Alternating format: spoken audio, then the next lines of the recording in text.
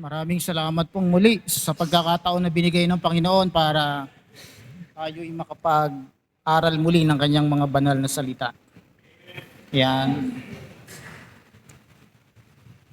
Wag close up, Derek, ah. Yan, okay po. Bago po tayo tumayo at manalangin, ay gusto ko lamang po munang pasalamatan yung ating naging pag-aaral nung nakaraang ako po yung nag-preach patungkol sa tinalakay po natin na lugar. Yung lugar na yon na ating pinag-aralan nung nakaraan ay yung lugar na wala ng iyakan. Yan. At nagpapasalamat din po ako kay Sir Lester dahil na-appreciate daw niya ng gusto yung ginawa po nating pagtalakay doon sa heaven o doon sa langit. Kaya ngayon naman po ay dudugtungan po natin yan, pero ang tatalakayin naman po natin ay isa din sa mahalagang lugar. Yan. At ang lugar po na ito ay madalas nung araw kinakanta-kanta ng mga bata. Sabi ng mga bata, langit, lupa, impyerno, impyerno. Kaya ngayon po, pag-aaralan natin ang lugar tungkol sa impyerno, kung saan ang lugar na ito ay magiging tahanan magpakailanman ng mga taong mapapahamak. Yan. Siguro po pagkayari nitong ating pagtalakay sa impyerno, ay isusunod naman natin yung tungkol sa purgatorio, tungkol sa limbo. Yan. May bago po ngayon, outer darkness. Yan, may napupunta raw doon sa outer darkness. Bago po yan, kahapon ko lang nabasa sa Facebook. Yan. Kaya ang message po natin ngayong araw na ito ay hinango ko po sa aklat ni W. Herschel Ford na may pamagat na Simple Sermon on Great Christian Doctrine. Buksan po natin ang ating mga Biblia sa Luke chapter 16 verse 23. Luke chapter 16 verse 23. Nandiyan na po ba? O kung amen po, tayo po tumayo, basahin po natin. Ako po ang magbabasa, sundan po ninyo sa inyong mga Biblia. Luke chapter 16 verse 23. Ganito po ang pagkakasabi sa King James Version. And in hell, he lift up his eyes, being in torments, and seeth Abraham afar off, and Lazarus in his bosom. Tayo po'y manalangin. Diyos amang nasa langit, marami pong salamat, Panginoon, sa pagkakataong ito na binigay po ninyo sa amin para pag-aralan ng isa pang lugar, Panginoon, na iyo ring inihanda. Inihanda naman para sa mga taong masasama, sa mga taong mga makasalanan, sa mga taong hindi nagtiwala sa iyong ginawa na pagliligtas para sa kanila, Panginoon. Salamat, Panginoon, sapagkat ibinilang ninyo kami, Panginoon, sa mga tao na hindi matutungo sa lugar na iyon, Panginoong Diyos. Wala po kaming maihahandog sa iyo at maibabalik, kundi ang aming taus-pusong pasasalamat, Panginoon, sapagkat kami iniligtas mo sa pagkapahamak sa apoy ng impyerno. Tulungan po nawa ninyo kami, Panginoon, maging ang aming mga bisita na lubusan po naming maintindihan ang aming pag-aaralan ngayon patungkol sa isang kalagim-lagim, karimari-marim na lugar, walang iba po kundi ang impyerno. Paunawa po sa amin ang lubusan ng bagay na ito, Panginoon, upang kilalanin namin, tanggapin namin ang inaalok mo sa aming kaligtasan. Ito po ang aming panalangin, alang-alang kay Kristo Jesus na aming tagapagligtas. Amen. Makakaupo na po ang lahat. Salamat po. Noon pong si Jonathan Edwards, isa po yung great Christian nung panahon niya, ay nag-preach about hell. May isang tao po na nagsabi sa kanya, sabi po nung tao na yon kay Ginoong Jonathan Edwards, sabi niya, Ginoo, alam mo ba na ang mga up-to-date na mga preachers ay tinanggal na nila ang salitang hell sa mga preaching nila? Yan. Maging hindi lamang po yung mga mga makabagong mangangaral ang nagtanggal ng hell sa kanilang pangangaral. May mga Bible din po na talagang tinanggal na nila yung hell sa kanilang translation. Pinalitan nila ng ibang salita, yung salitang impyerno. Yan. Sagot naman itong si Jonathan Edwards, pwede naman nilang tanggalin yan o pwede naman nilang gawin yan. Pero ang katotohanan ay hindi nila makakayang tanggalin ang lugar na kinaroroonan ng impyerno. Tama, di ba? Pwede mong alisin, pwede mong hindi ipangaral ang impyerno. Pero ang impyerno ay naroon pa rin sa lugar na ginawa o pinaglagyan ng Diyos. Hango po yan sa aklat ni Jonathan Edwards na may pamagat na The Sinner in the Hands of an Angry God. Ang doctrine po about hell ay hindi po masyadong popular. Yan. Napakakunti lang po ng nangangaral patungkol dito. Siguro yung mga nangangaral ngayon ng patungkol sa hell, yung mga missionary, kasi nagso-soul winning yan sila, nag-evangelize. Kaya napakakunti lang talaga ng nagtuturo o nangangaral ng patungkol sa impyerno. Halos ayaw nga itong pag-usapan eh. 'Di ba? Pag may mga nag-uusap, may naririnig ka bang, ay alam mo ba sa impyerno? Ganito pala doon. Wala halos nag-uusap. Mas gusto pa ng pinag-uusapan kahit ng mga Kristiyano yung tungkol sa langit. Kasi ang tingin nila sa usapin o sa paksa ng impyerno parang kamatayan. Nakakatakot. Di ba pag yung kamatayan nabanggit, kakagad ng iba, knock on wood. Di ba? Takot na takot tayo, ayaw nating pag-usapan man lang yung bagay patungkol sa impyerno. Pero kahit na ayaw po nating mapag-usapan o isipin man lang ang impyerno, we must face the fact na ito ang lugar ng kaparusahan ng Diyos sa mga taong makasalanan. Kailangan nating ma-realize o mapagtanto na ang mga taong gumagawa po ng masama sa mundong ito, sino-sino ba yung mga taong gumagawa ng masama na naiisip natin sa mundong ito? Di ba yung mga corrupt na politicians, inis na inis tayo dyan, gigil na gigil tayo. Yung mga cheater, hindi cheater, yung mga scammer. Daw kayo ngayon, maraming yung mga hacker, yung GCash daw ngayon, nahahack daw yung mga pera doon sa GCash. Di ba nakakagigil yung mga taong gumagawa noon? Yung mga land grabber, nang aagaw ng mga lupa, o yung mga lupang nabili na, ibinebenta pa uli ng paulit-ulit. Mga nakakainis yung mga ganong mga tao. Mga satanic group, yung mga pedophile, mga atheist, at maging itong mga LGBTQ. Isama na rin natin po yung mga manluloko at yung mga nanlait sa atin dati. Kapag hindi nila tinanggap ang Panginoong Hesus bilang Panginoon at tagapagligtas, ay sigurado na sila'y hahatulan at sila'y itatapon doon sa impyerno na kaparusahan na walang hanggan doon sa kabilang buhay. Sabi nga, matakasan man nila ang ginagawa nilang kasamaan ngayon, may impyerno pa na naghihintay sa kanila.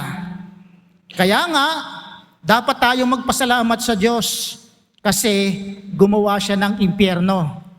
Hindi man tayo makaganti ngayon, hindi man natin magawang parusahan yung mga masasamang ito, meron pang kabilang buhay na doon hihintayin nila o naghihintay sa kanila ang kaparusahan ng Diyos. Number 1 na ating punto, there is a hell. Opo, meron po talagang impyerno. Bakit? Ang Bible po ay nagtuturo na mayroong impyerno. Yan. Dahil po ang Biblia yung ating final authority o yung tinatawag din na sole authority o sinasabi sa Latin na sola scriptura, kaya po nakadepende lamang sa Biblia ang ating kaalaman tungkol sa kabilang buhay. Kasi yung Biblia lang yung ating kuhanan ng impormasyon kung ano ba talaga yung nandoon sa kabilang buhay. Bagamat marami pong iba't ibang magagandang aklat na ginawa ang tao, pero tanging ang Diyos lamang ang nagpasulat sa nag-iisang aklat na naglalaman at nagsasabi sa atin kung ano ang naroon sa kabilang buhay. Di ba sa encyclopedia wala namang clue, wala namang sinusulat doon kung ano yung nandoon sa kabilang buhay. Tanging Bible lamang po ang aklat na natatangi na nagsasabi sa atin kung ano ang darating doon sa kabilang buhay. Ang katotohanan po sa hell ay malinaw na nakasulat sa Bible. Psalms 9 verse 17. Psalms 9:17, sabi doon, "The wicked shall be turned into hell, and all the nations that forget God." Kita nyo, sa lumang tipan pa lamang, binanggit na ng Panginoong Diyos na yung masasama ay ilalagay sa impyerno, pati yung mga bansang kumakalimot sa Diyos. Daniel chapter 12 verse 2. Daniel chapter 12 verse 2, sabi doon, "And many of them that sleep in the dust of the earth shall awake, some to everlasting life, and some to shame and everlasting contempt." O sa Tagalog po, kadustaan. Yan. Isang araw daw, yung mga namatay ay babangon, yung iba ay dadalahin doon sa buhay na walang hanggan, at yung iba naman ay doon sa walang hanggang kadustaan. Nililaw po yan sa aklat ng Matthew 25 verse 46. Sabi po doon, "And these shall go away into everlasting punishment, but the righteous into life eternal." At para mas malinaw pa, binanggit din lalo sa Revelation chapter 20 verse 15. Sabi doon, malinaw na malinaw, "And whosoever was not found written in the book of life was cast into the lake of fire." Yan po. Mula sa lumang tipan hanggang sa kahuli-hulihang aklat ng bagong tipan, binabanggit ng Panginoong Diyos ang patungkol sa kabilang buhay na mayroong impyerno. Kahit na i-deny pa yan ng ibang relihiyon na walang impyerno, kagaya ng mga taga-Watchtower na yan, mga Jehovah Witnesses, sabi nila wala raw impyerno. Ang impyerno raw yung kamatayan. Ang tao daw pag namatay natutulog lang. Wala raw consciousness. At kapag daw nag-resurrect na, itong mga natulog na ito na makasalanan, na namatay, hindi na babangunin muli. Kasi sa kanila, ang kamatayan, yun ang impyerno. Mali. Hindi po yan ang itinuturo ng Biblia. Letter B, human logic demands it. Kumbaga sa kaisipan natin, ay dapat hinihingi ng ating kaisipan na dapat pag may nagkasala, may paparusahan. O paparusahan yung nagkasala. Kaya nga pag minabalitaan tayong mga heinous crime, yung mga kamurumal-dumal na pagpatay, ang nasa isip kagad natin ay madakip o maparusahan o mabulok o kaya ay mabitay yung taong gumawa noon. Kasi nga sa human logic, sa kaisipan natin, dapat yung nagkasala, pinaparusahan. Dahil para sa atin ang mga kriminal ay dapat lang na pinagdurusa. Men are eternal criminal against God. Yun po ang nakakalungkot, ano? Ang tao ay kriminal na walang hanggan sa paningin ng Diyos. Ang mga tao ay makasalanan at patuloy na lumalabag sa batas ng Diyos. Kaya nga ang logic ay ang nagkasala ay dapat parusahan. Kaya po ang Diyos ay naglaan ng lugar. He has a penitentiary for criminals, and He has a prison for sinners. Sabi naman po ng iba, ay hindi naman siguro gagawin ng Diyos na ang tao na makasalanan ay parusahan ng walang hanggan doon sa impyerno. Kasi God is good. Diba? Sabi nila, God is good all the time. Kaya siguro hindi naman paparusahan ng mabait na Diyos na ito ang makasalanan ng walang hanggan doon sa impyerno. Diba? Parang tama, ano? Kaya hindi niya daw hahayaan talaga na mayroon talagang magdudusa, na nakikita niya naghihirap, kasi ang Diyos maawain, mapagmahal, mabait. Yan, totoo naman po. God is good all the time. At kasali po sa goodness ng Diyos ay ang pagpapatupad niya ng justice. Kasi po, hindi magiging good ang Diyos kung hindi niya paiiralin ang hustisya. Diba? Kaya nga bad ang tingin natin sa mga husgado na hindi pinapairal ng tama yung hustisya. Kaya ang Diyos ay God is good all the time kasi pinapairal niya palagi ang hustisya.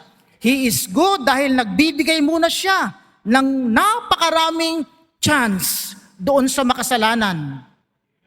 Ang dami-dami niyang binibigay na chance, hindi lang one more chance. Chen, chen, chen, chen.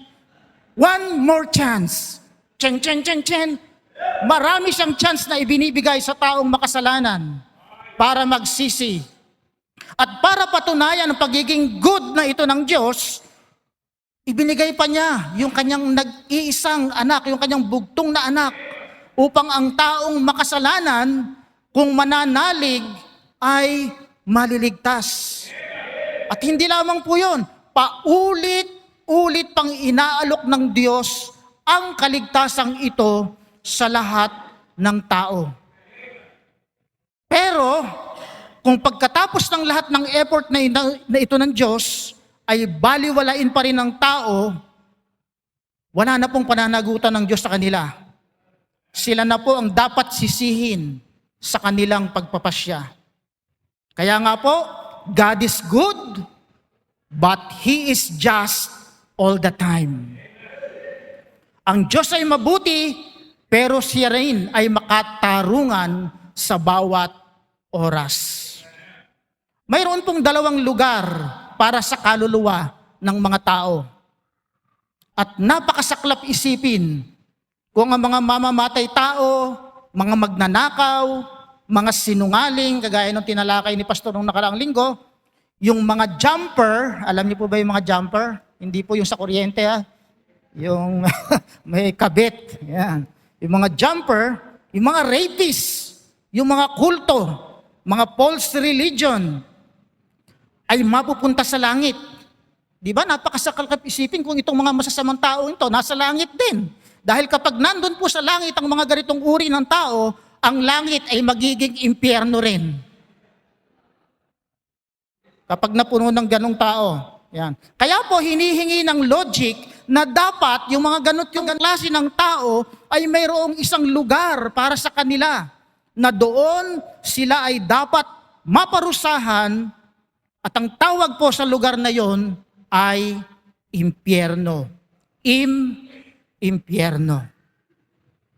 Ikalawa, what kind of place is hell? Anong uri nga ba ng lugar? Yung impyerno. Letter A, hell is a place of separation. Ang sabi ng Panginoong Diyos sa mga makasalanan, nung humahatol na siya, sabi niya, depart from me. Lumayo kayo sa akin. Sabi ng Panginoong Diyos dun sa mga makasalanan, kayong mga isinumpa. Grabe, nakakatakot marinig yung bagay na yon sa bibig ng Panginoon. Ang isa po sa kahulugan ng impyerno ay separation o pagkawalay from God's presence and from God's blessing. Ang hell po ay pagkahiwalay sa ating mga mahal sa buhay na nasa piling ng Diyos. Kaya kaibigan, kung yung magulang mo o yung kapatid mo ay tunay ng Kristiyano, ligtas na, at ikaw ay hindi ka tumanggap sa Panginoon, sigurado, sa kabilang buhay, magkakahiwalay kayo doon. Eternally. Doon ang kaluluwa ay haharap sa hukuman ng Diyos. Kung nabuhay siya sa pagkakasala, kung tinanggihan niya ang paulit-ulit na pag-aaya ng kanyang mga magulang para sa church, kung binaliwala niya ang pangangaral, kagaya ng pangangaral ng ganito, ay tiyak na tatanggapin niya ang kanyang final judgment, ang walang hanggang pagkahiwalay sa kanyang mga mahal sa buhay at sa Diyos. Letter B, hell is a place of suffering. Ang pagdurusa na nararanasan ng tao sa ngayon ay hindi po pwedeng ikumpara sa pagdurusa na tatamuhin ng mga makasalanan doon sa impyerno. May nagtanong po, may nag-text. Sabi niya, may literal fire ba o may literal na apoy ba sa impyerno? Yan. Hindi po natin direktang masasagot yan. Pero ang Panginoong Hesus ay gumamit po ng mga wastong salita upang ilarawan ang lugar ng impyerno. Sabi ng Panginoong Hesus, the hell of fire. The place where the fire cannot quench. Ito raw yung lugar na kung saan ang apoy hindi namamatay. Binanggit din ng Panginoong Hesus, the furnace of fire. Binanggit din sa Revelation, the lake of fire. At binanggit din ng Panginoong Hesus, man being tormented in this flame. Meron talagang apoy. Merong eternal flame. Sige, try nyo, close your eyes. Give me your hand. Diba? Merong eternal flame. Kaya talaga totoong may fire, fire, fire. At sa palagay ko po, ang mga katagang ito ay sapat na para ma-interpret na sa hell ay mayroong literal na apoy. Kung papaano pong may mga apoy na binabanggit sa Bible na sumunog sa handog ni Elias at meron ding nagliliyab na apoy sa isang puno na nakita ni Moises at siguradong ang apoy na binabanggit na meron sa impyerno ay mga literal na apoy kagaya rin ng kina Moises at Elias. Kasi po hindi po figurative yung apoy ng kila Moises, kila Elias. At nakatitiyak ako na ang tinutukoy din ng Panginoong Hesukristo na apoy ay literal na apoy sa impyerno. Pwede nilang sabihin na ang dinidescribe sa Bible na hell ay larawan lamang. Ayan, picture, kumbaga. Ayan, pwede nilang sabihin na gano'n, na parang Hollywood style lang daw para magmukhang medyo nakakatakot. Pero, di po ba pagka-picture ng bagyo, hindi nga nakakatakot? Pag nakakita tayo ng picture ng buhawi, hindi naman siya nakakatakot. Picture ng kidlat, hindi nakakatakot. Kahit pa nga yung picture ng tsunami, hindi rin po nakakatakot. Hindi nakakatakot kapag sa picture. Pero, in real thing, ay mas grabe ito kesa sa picture. Napanood niyo po ba yung nasa social media yung Russia daw nag-drill ng pagkalalim-lalim, hindi nila malaman kung bakit nagbuka yung Russia ng napakalalim. Nadinig ko pa itong kwento na ito noon nung kay Ernie Baron pa, nung nabubuhay pa si Ernie Baron noon sa radyo. Naghukay daw itong mga Ruso ng pagkalalim-lalim. Pagkatapos, nung natunaw na yung kanilang pandrill dahil hindi nakakayat, napakainit na sa ilalim ng daigdig o ng mundo, parang minadidinig daw itong mga scientists nung naglaglag sila ng microphone doon sa ilalim, parang minadidinig daw sila ng mga nag-iiyakan, mga dumaraing na mga tao. At ngayon nga, kumakalat na ngayon sa social media yung tunog na iyon, na minsan nga napakinggan ko yon, ay talagang nakakakilabot, nakakatakot kapag nadinig mo yung parang mga nagsisigawan at napakaingay na parang may mga naglalagablab ka na nadidinig doon sa video na yon o sa audio na yon. Kaya po, kung ang pagsasalarawan pa lamang ng Bible sa hell ay nakakatakot na, sigurado po na mas nakakatakot pa ito sa aktual. Letter C, hell is a place of eternal suffering. Yung iba pong religion, ang paniniwala po nila, yun daw pong paghihirap doon sa impyerno ay magwawakas din. Yan, matatapos din daw. Sa katotohanan, ang sabi nila, di ba yung pag nagpaapoy ka, yung gatong nauubos din. Di ba? Hanggang sa maging abo, maging baga, maging abo, at wala na. Yan, ganyan ang turo po nila ng ibang religion patungkol sa hell. Pero sabi ng Panginoon, it is eternal and everlasting. Walang hanggan po yung apoy doon sa impyerno, sabi ng Panginoon.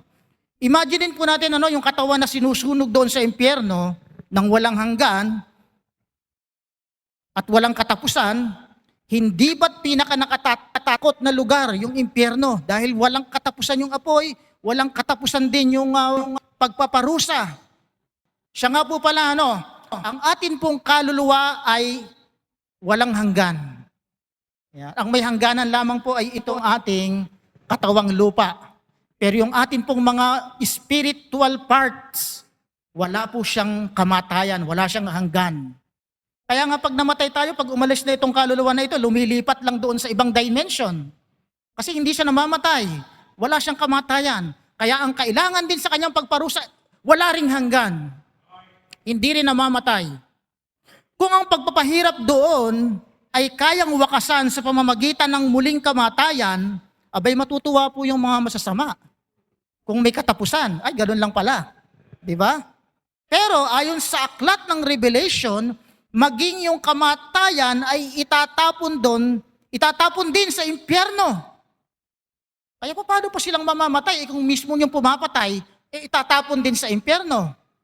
Kaya talagang walang hanggan ang pagdurusa ng makasalanan doon sa hell. Sa mundo pong ito, ay hindi natin kayang magpatuloy kapag nawalan tayo ng pag-asa. Hindi po yung weather forecast na pag-asa, kundi yung hope. Yan. Kaya po tayo nakapagpapatuloy sa buhay na ito kasi umaasa tayo. Yan. Kung tayo may karamdaman, umaasa tayo ng kagalingan, di ba? Umaasa tayo na balang araw makakabayad din tayo sa ating mga utang. Yan. Umaasa tayo na gaganda rin ang ating buhay. Yan. Palagi tayong umaasa doon sa salitang balang araw. Balang araw, bubuti rin ang ating kalagayan. Yan. Sabi nga po ng isang kanta, wounds of the past can eventually healed, and all will be all right in time. Pero doon po sa hell ay wala ng pag-asa. Puro na doon suffering. At wala ng pag-asang makaalpas pa o makaahon pa ang taong mapupunta roon. Letter D. Hell is a place of the lowest associations. Sabi ng Revelation chapter 21 verse 8 sa Tagalog version, ngunit sa mga duwag at sa mga hindi nananampalataya at sa mga kasuklam-suklam at sa mga mamamatay tao at sa mga mapakiapid at sa mga mangkukulam at sa mga sumasamba sa Diyos-Diyosan at lahat ng mga sinungaling, ang magiging bahagi nila ay sa lawa ng nagliliyab na asupre. Sasabihin po ng iba, aba, hindi naman ako sobrang sama para mapasali sa listahan na yan. Di ba? Hindi naman sila murderer, hindi naman sila adulterer, kaya hindi ako kasali dyan sa listahan na yan. Kung napapasin po ninyo sa listahan, tingnan po ninyo yung listahan, kasali dito ang salitang unbelievers. Ito pong mga unbelievers na ito ay ang mga maaari po sila yung mga mabubuting tao. Pero mga unbelievers, maaaring itong mabubuting tao ay laging namimigay ng ayuda. Di ba? Maaaring ang mga unbelievers na ito ay makatao. Maaaring ang mga unbelievers na ito ay makakalikasan. Maaari rin na ang mga unbelievers na ito ay makahayop. Diba? Yung mga may animal advocacy, yung mga ganon. Diba? Pero kung hindi sila nanampalataya sa Panginoong Hesukristo, sila pa rin ay katulad ng mga murderer at mga adulterer na mapupunta sa impyerno. Minsan daw po merong isang preacher, galing sila sa prayer meeting, pag uwi naglalakad lang itong preacher, kasabay niya yung tatay na believer at yung anak nung tatay na isinasama niya na unbeliever. Naglalakad sila pauwi, galing sa prayer meeting. Napadaan daw sila doon sa mga nag-iinuman. Biglang yung mga nag-iinuman na nadaanan nila, nagsuntukan, nagmurahan, nagpatayan, nagsaksakan. Tapos sabi daw nitong preacher doon sa batang unbeliever, "Anak, gusto mo ba na sa walang hanggan, baka kasama mo yung mga ganyang klaseng tao?" Diba? Napaisip daw yung bata. Kaya noon, sinurrender ng bata yung kanyang buhay sa Panginoon. Tinanggap si Jesucristo na kanyang tagapagligtas. Dahil ayaw niyang makasama sa walang hanggan yung mga ganong klaseng mga tao. Diba tayo nga, yung mga naninigarilyo lang, ayaw nating katabi eh. Yung pa kayang mga ganon. Letter E. Hell is the place where men reap the harvest of their sinful influence. Sabi doon sa talata, there will be weeping and gnashing of teeth. Doon daw sa impyerno, magngangalit ang kanilang mga ngipin. Parang nanggigigil na karoon. Yan. Sabi naman ng iba, nagbibiro, paano kung walang ngipin, napunta sa impyerno, ano magngangalit? Yan. Tiyak po na magngangalit ang kanilang mga ngipin doon sa impyerno dahil aanihin nila ang bunga ng kanilang mga maling pamumuhay. Maaaring matindi ang pagngangalit sa isang tao na umakay sa kanya na gumawa ng masama, kaya siya napunta ng impyerno. Di ba yung mga barkadahan, isinama ka, tara, kunin natin yung manok ni Mang Kulas. Ayan. Tapos nung nahuli kayo, nabaril kayo, namatay kayo, napunta pa kayo ng impyerno. Sisisihin mo, kung hindi mo ako inaya-aya, hindi sana ako napunta rito. Di ba? May magsasabi po sa kanyang tatay, ikaw tatay, ang dahilan. Ikaw daddy, kaya tayo narito. Puro ka trabaho, puro ka pagbibisyo, wala kang panahong magsimba. Grabe, sisisihin ng kanyang tatay, ng kanyang anak, ang kanyang tatay. Kaya tayo naririto ngayon, nagdudusa. O kaya yung isang anak na babae, sasabihin sa kanyang nanay, "Mami, inakay mo ako dito. Wala kang time sa Diyos. May time ka pa sa chismisan. May time ka pa sa pagdadayet mo at pagsusumba paglinggo. Ginaya ko rin ang buhay mo. Kaya ngayon ako ay nagdudusa rin dito." Totoo po. Ang bawat isa sa atin ay maaaring maka-impluwensya ng mabubuti o ng makasasama sa mga tao sa paligid natin. Pwede tayong makaakay patungo sa langit at pwede rin tayong makahila patungong impyerno. Kaya dapat lang po nating bantayan ang uri ng ating pamumuhay para hindi natin anihin ang pangit na ibubunga ng ating mga impluwensya. Number 6, hell is a place of memory. Ang sabi ni Abraham doon kay Richman, "Son, remember." Kasi ito po yung si Richman doon sa kwento ng Luke chapter 16, nagre-request siya, sabi niya, "Amang Abraham, pwede ba nga papuntahin mo si Lazaro dito? Idaiti man lang niya sa tubig yung kanyang daliri at patakan man lang yung aking dila sapagkat ako'y hirap na sa init na ito na aking nararamdaman," sabi ni Richman. Pero ang sabi ni Abraham, sagot niya doon kay Richman, "Son, remember." Anak, alalahanin mo. Remember E, remember M. Di ba? Alalahanin mo, anak. Yung rich man na ito, naalala niya na dati nga pala siyang mayaman, marangya ang kanyang buhay, tapos ginugulang niya sa mga walang kakwenta-kwentang at mga walang katuturan na bagay na pagdating pala sa kabilang buhay, hindi naman niya papakinabangan. Kaya nung maalala niya yung bagay na yun, nakadagdag pa sa kanyang sama ng loob doon sa impyerno. Ang sabi pa ng may akda, when you go to hell, you will remember the gospel sermon that you hear.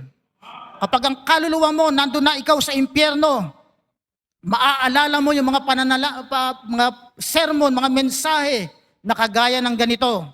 Yung mga mensahe ng Diyos na napainggan mo sa radyo, napanood mo sa TV, napanood mo sa social media, sa mga posts. Maaalala mo lahat yan.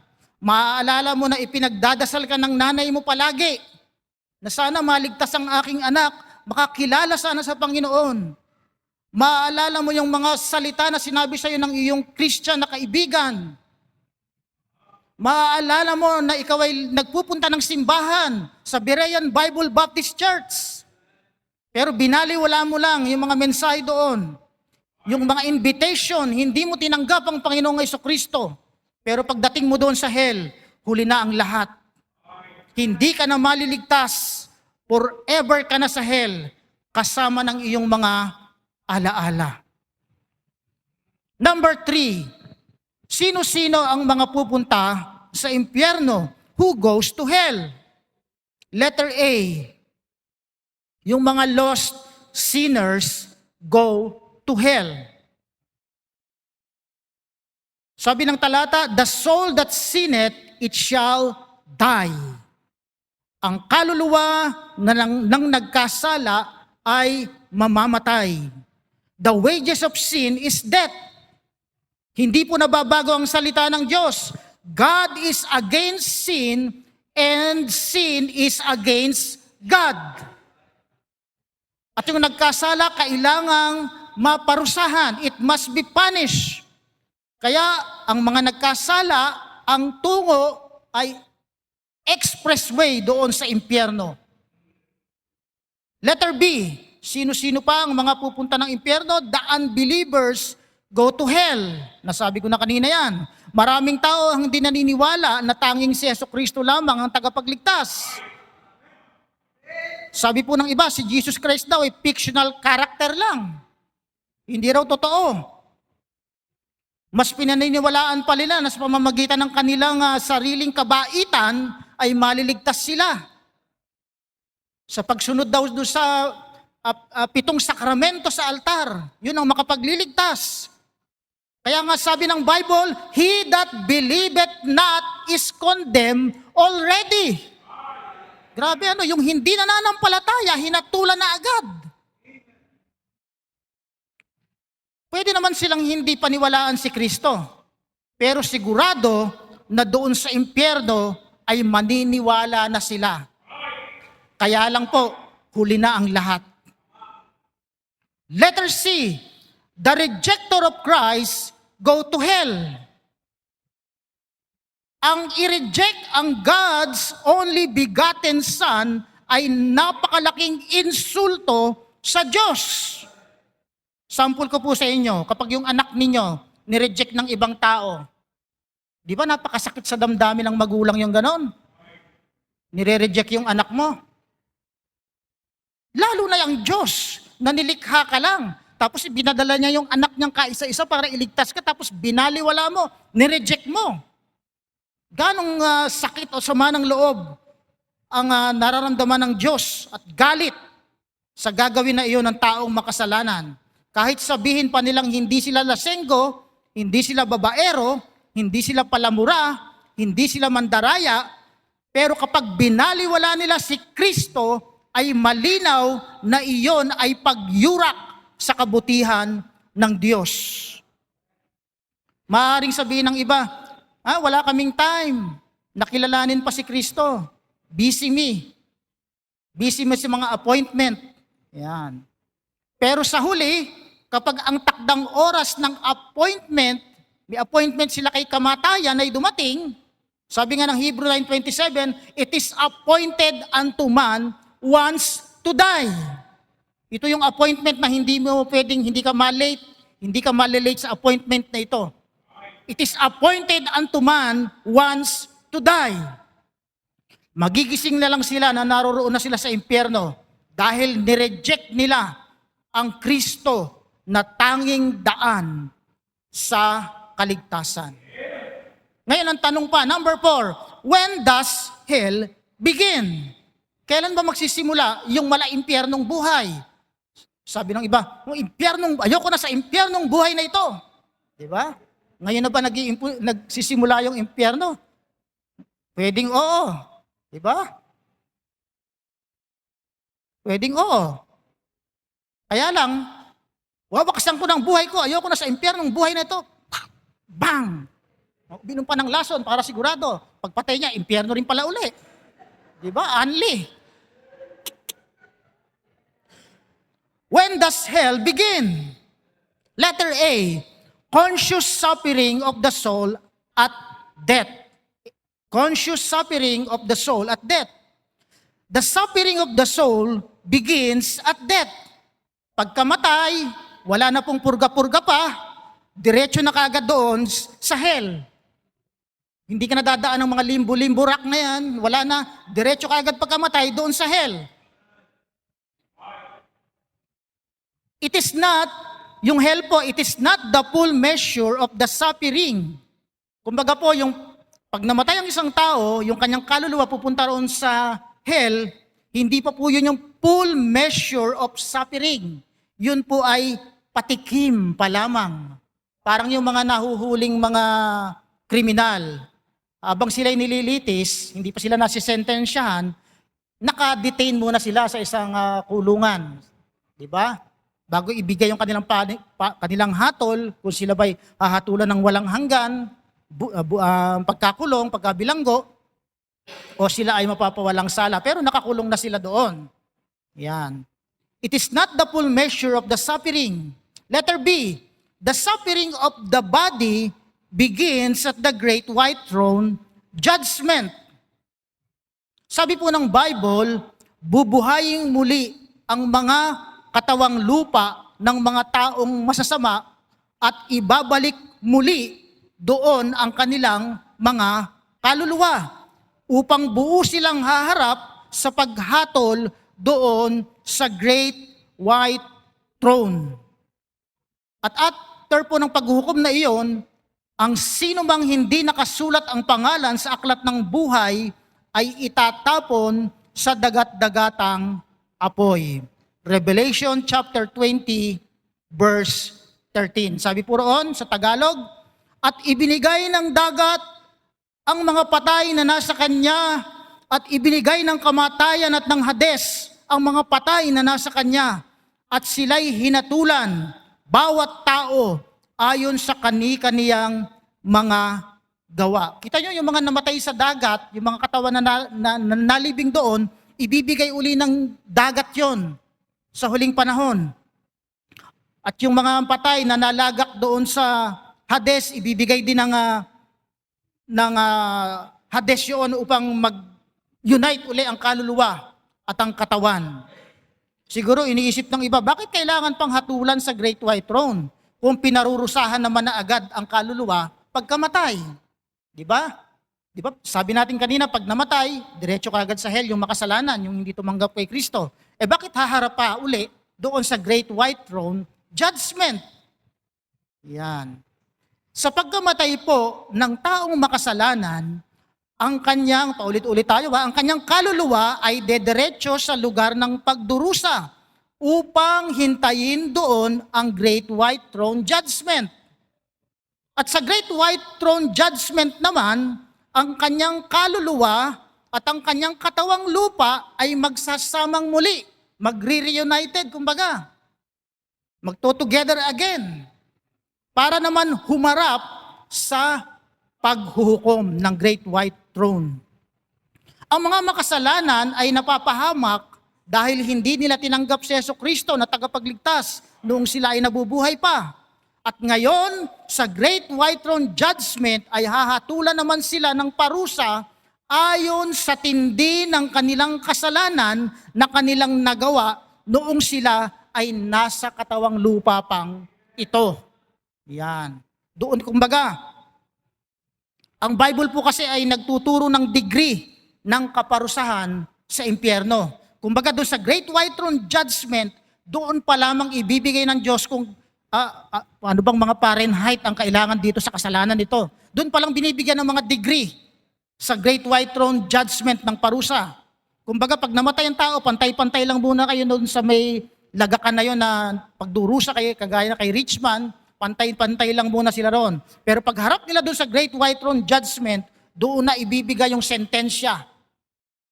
Sabi doon ng Luke chapter 12:48, "For unto whomsoever much is given, of him shall much be required." Sabi sa parable ng katiwala, ngunit ang aliping hindi nakakaalam ng kalooban ng kanyang Panginoon, magkulang man siya sa kanyang tungkulin, ay paparusahan lamang ng magaan. Ayan. May parusa pong magaan. May hatol na magaan. Halimbawa, hindi naman 1,000 ang napatay mo, 200 lang, hindi siyempre parehas ang parusa sa inyo. Ayan. Ang binigyan ng maraming bagay ay hahanapan ng maraming bagay. At ang pinagkatiwalaan ng lalong maraming bagay ay pananagutin ng lalong maraming bagay. Kaya po may iba't ibang degree ng parusa doon sa impyerno. Eto pa, kapag namatay na ang isang tao, ang kanyang ginawa dito sa lupa ay hindi pa doon natatapos. Bakit? Halimbawa po, yung taong yun, nung siya nabubuhay pa dito sa mundong ito, ay isa siyang sikat na influencer sa social media. O kaya ay siya isang founder ng isang false religion. Halimbawa, founder siya ng false religion o ng kulto at marami siyang naakay palayo sa Diyos. Kaya naman, ang taong yun, nung nabubuhay pa, halimbawa yung taong yun, nung nabubuhay pa, ay sumulat ng isang aklat. Mga satanic Bible, yung mga ganon. Sumulat ng aklat patungkol sa communism, sa occultism, sumulat ng Book of Mormon, sumulat ng Spiritism na aklat, sumulat ng aklat tungkol sa occultism. Kahit siya ay namatay na, kapag ang kanyang mga sinulat o yung kanyang false religion na itinatag at yung kanyang mga bad influence ay nagpatuloy at patuloy pa rin nakapag-akay ng mga tao sa kapahamakan, at nang dahil sa kanya, ang mga taong yun ay napalayo sa Diyos, sa kanyang kamatayan, hindi pa muna siya hatulan ayon sa kanyang ginawa. Kasi, hindi pa tapos ang mga impluensya niya sa mga taong nabubuhay pa. Kagaya yung mga gumawa ng mga false religion, yung mga founder ng false religion, yung hatol nila, hihintayin pa nila sa Great White Throne. Kasi hanggang ngayon, kumbaga, gumagana pa yung mga panluloko nila sa tao. Gumagana pa hanggang ngayon, kahit patay na sila, yung iniwan nilang panluloko, pandaraya sa tao. Kaya napapahamak ang maraming tao dahil sa kanila, gumagana pa. Kaya pagharap nila doon sa Great White Throne Judgment, susumahin ang lahat ng yon. Ilang libo ba na nadala mo sa impyerno, tao ka?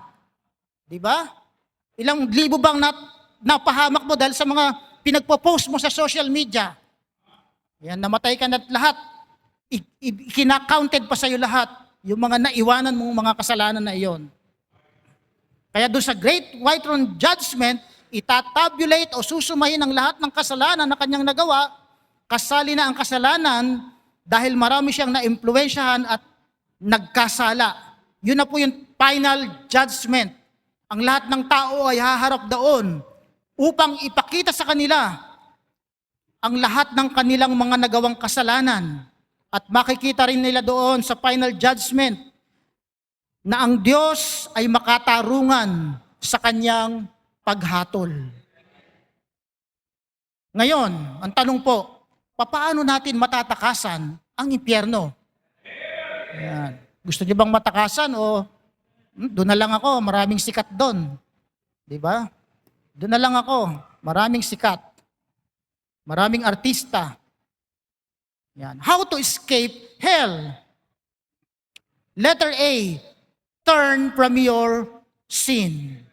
Talikuran mo ang iyong mga kasalanan. You must turn away from your sin. Bakit? For God is holy God. Ang Diyos banal. Kapag tayo makasalanan, hindi tayo pa pwedeng lumapit sa Diyos. Hindi tayo pwedeng pumunta sa langit dahil ang Diyos banal. Hindi pwedeng magsama ang puti sa dikolor. Kaya bawat sinner, bawal po ang sinner sa langit. Sabi nga, it was sweet to sin while you were living, but you will pay for it later. Kaya mahabang maaga pa para tayo makatakas sa hell, turn from your sin. You must turn away from your sin. Ikalawa, repent. Magsisi sa mga kasalanan. Sa Bible,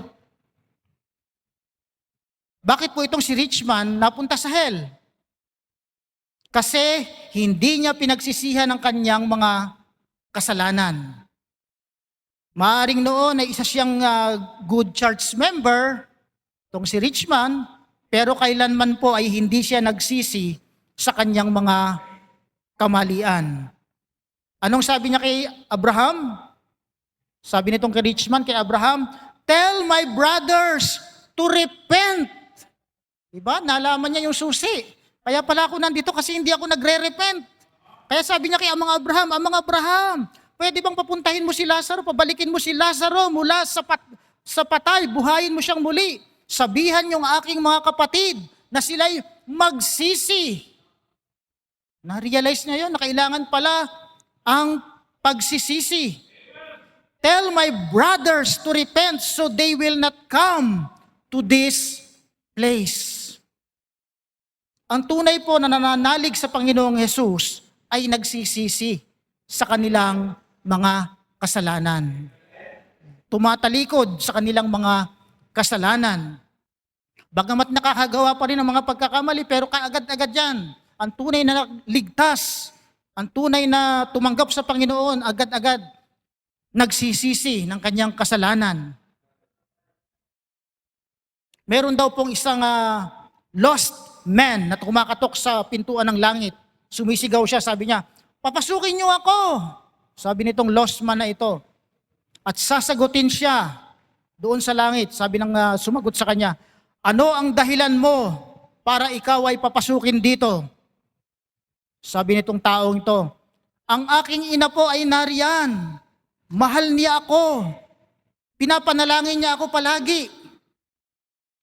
Ang sagot naman sa kanya, baliwala na yun ngayon dahil hindi ka nanalangin para sa iyong sarili.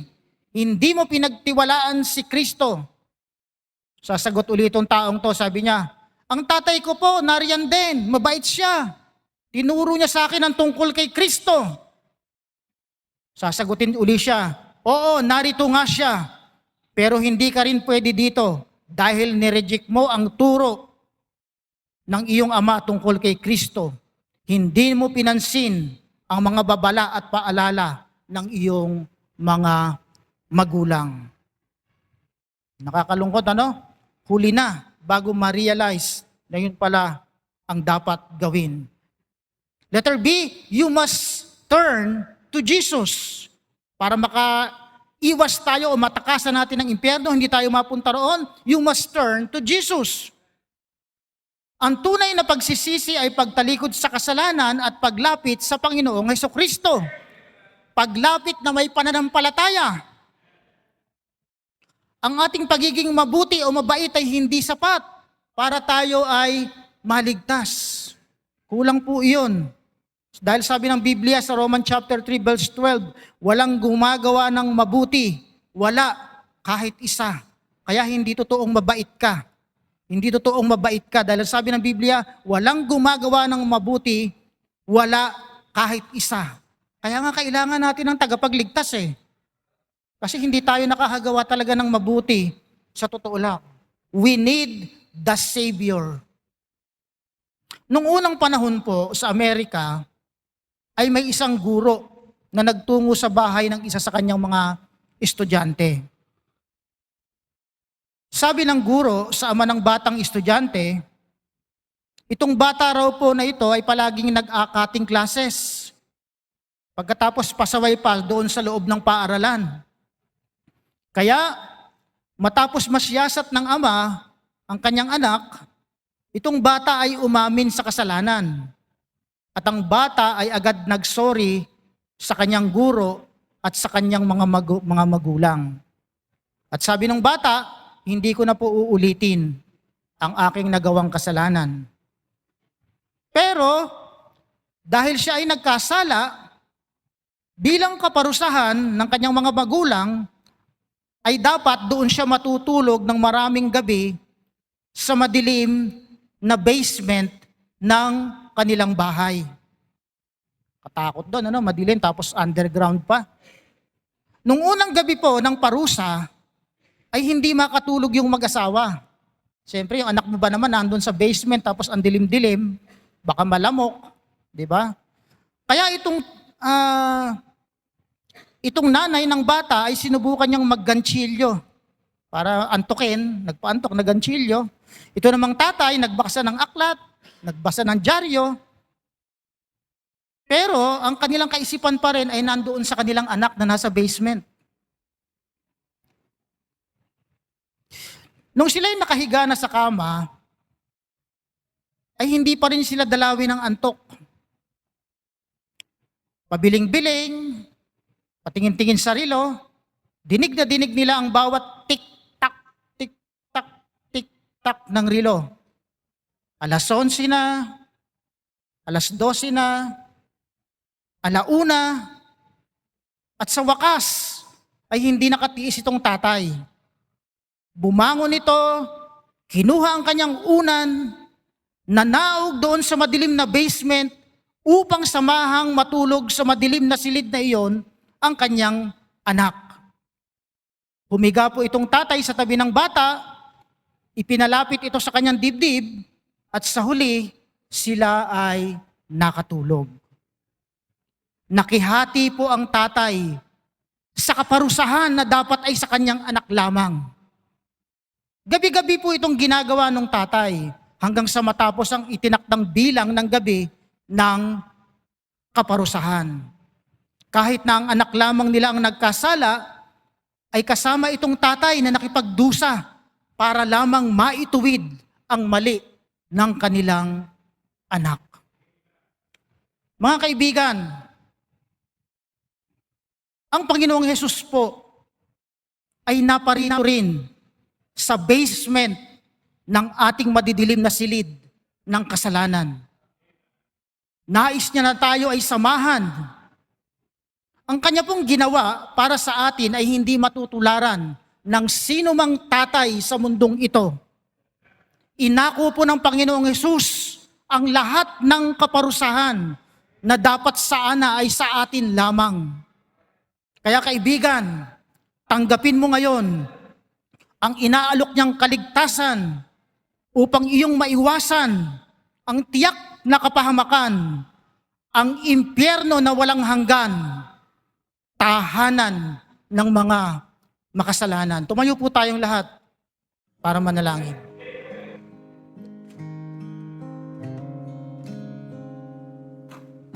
Diyos amang makapangyarihan, marami pong salamat sa inyong kabutihan. Salamat po sa iyong mensahe sa amin sa araw na ito. Nawa po Panginoon, hipuin mo ang aming mga puso. Buksan namin po ito sa iyo, tanggapin namin ang iyong inaalok na kaligtasan, Panginoon. At sa amin namang mga ligtas na, Panginoon, nawa ang mensaheng ito ay mag-udyok sa amin upang kami magkaroon ng tapang na mag-akay ng maraming kaluluwa nang hindi sila magtungo sa impyernong walang hanggang kaparusahan. Habang tayo po nananalangin, narito po para sa invitation ng ating pastor.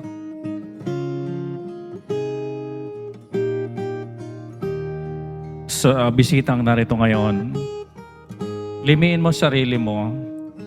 Pag namatay ka, alam mo ba kung saan tutungo ang iyong kaluluwa? Kung hindi mo pa sigurado, ang Panginoong Kristo namatay sa krus para sa ating makasalanan. Ang siguradong destination natin, sabi ng Bible, impyerno talaga dahil sa ating kasalanan.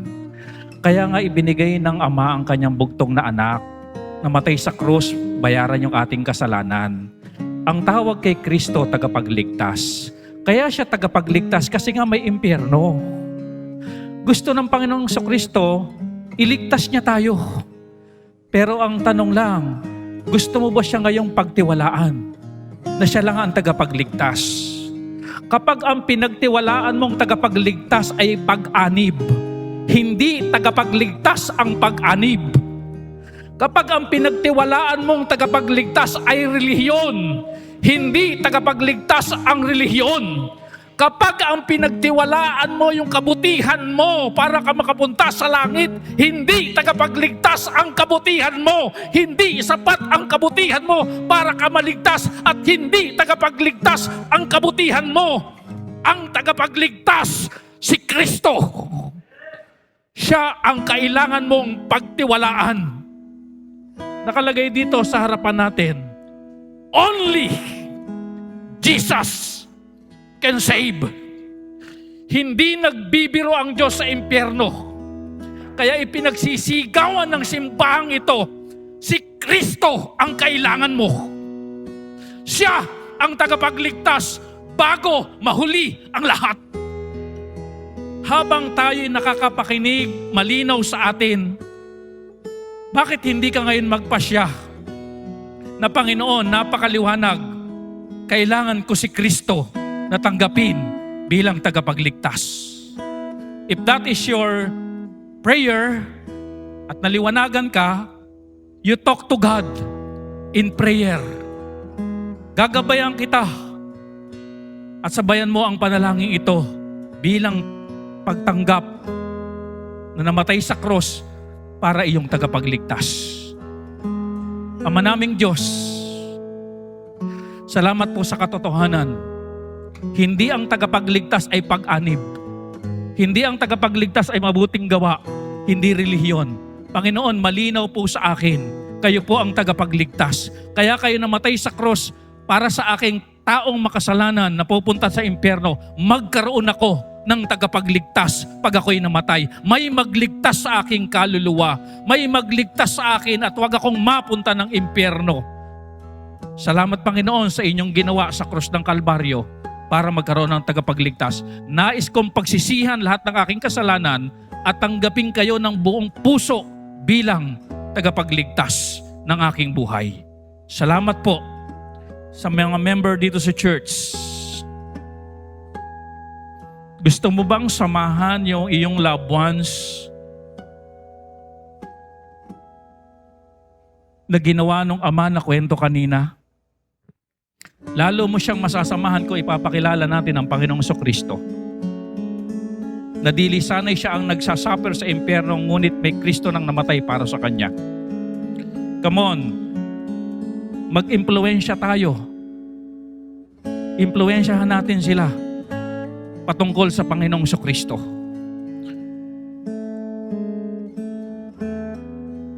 Na yung bang wala na tayo dito sa mundong ito, pero yung na-witness na nating na-save, nag-witness pa, na-save uli, nag-witness pa, na-save, yung wala na tayo pero tumatakbo pa rin yung reward na pwedeng ibigay sa atin ng Diyos dahil sa impluwensyang tama na iniwan natin dito sa mundo. Hindi tayo nahiya sa eskwelahan, hindi tayo nahiya sa katrabaho natin, nag-share tayo sa kapitbahay natin. Yung wala na tayo pero gumagana pa rin yung mga iniwanan natin na impluwensyang tama at kalooban ng Diyos na makapag-awkay ng kaluluwa. Ama naming Diyos, salamat sa maliwanag na mensahe. Salamat sa kaligtasan naming natanggap dahil kay Kristo. Salamat Panginoon sa mga panalangin ng bawat isa. Kayo ang mag-bless sa kanilang mga panalangin, kanilang mga desire, para lalo pa Panginoon mag-init ang aming desire na makapag-win ng mga kaluluwa at madala sa inyong paanan. Salamat ng marami, Ama. In Jesus' name we pray. Amen. Praise the Lord. Amen.